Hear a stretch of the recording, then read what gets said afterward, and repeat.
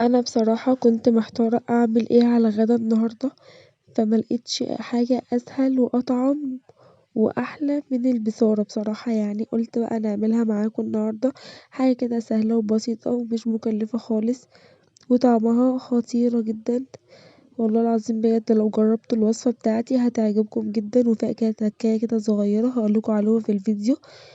تابعوني للاخر وانتوا هتعرفوها ان شاء الله. حاجة كده سهلة وجميلة. يلا بقى نخش على الوصفة بتاعتنا. السلام عليكم ورحمة الله وبركاته. ازيكم يا حبايب قلبي؟ عاملين ايه؟ يا رب تكونوا بألف خير وصحة وسعادة.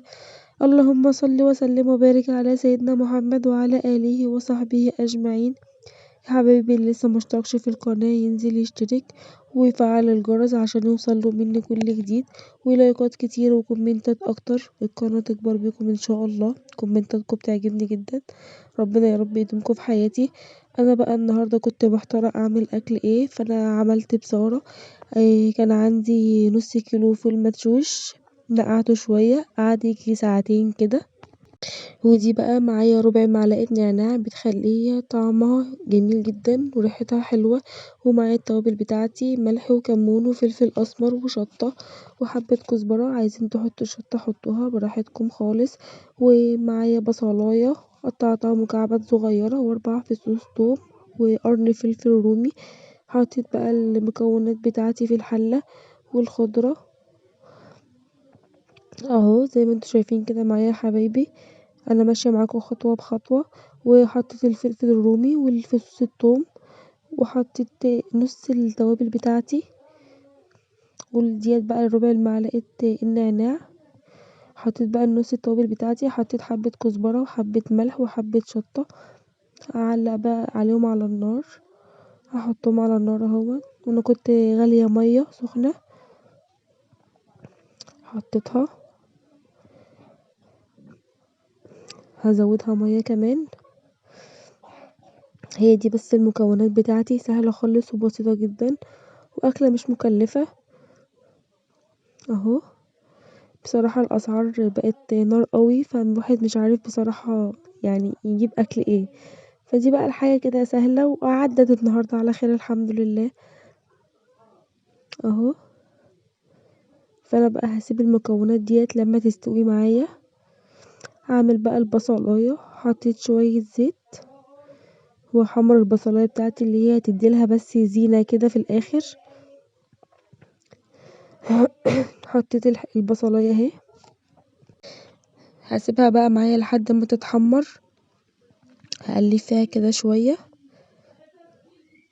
عايزة اقولكم وانا معلقة اصلا على البصارة قبل ما اعمل فيها اي حاجة كانت ريحتها طالعة جدا، والله العظيم طعمها بجد تحفة.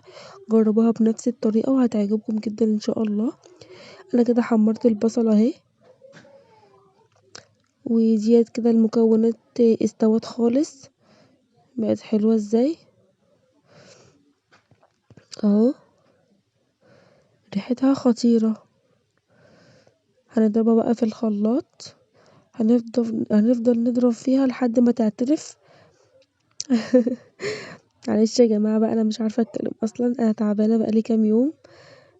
واخدة الدور وتعبني خالص، بس الحمد لله ربنا يشفيني يا رب ويشفي كل مريض.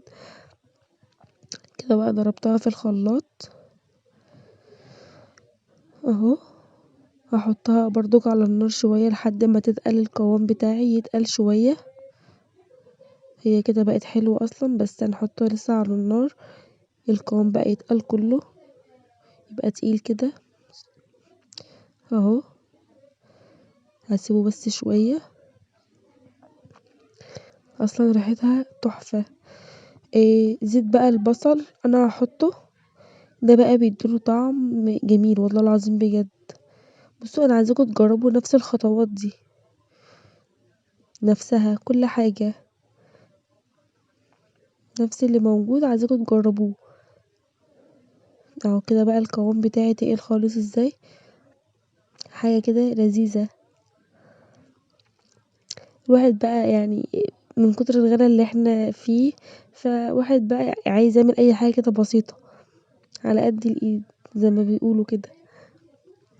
يلا الحمد لله اهو كده بقى الاكله كده خلصت معايا. حطيت بقى في الطبق، غرفته اهو.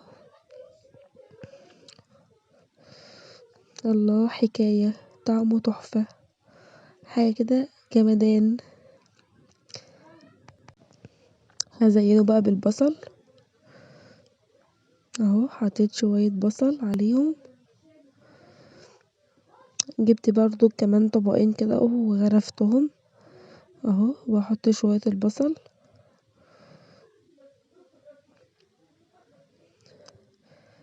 اهو.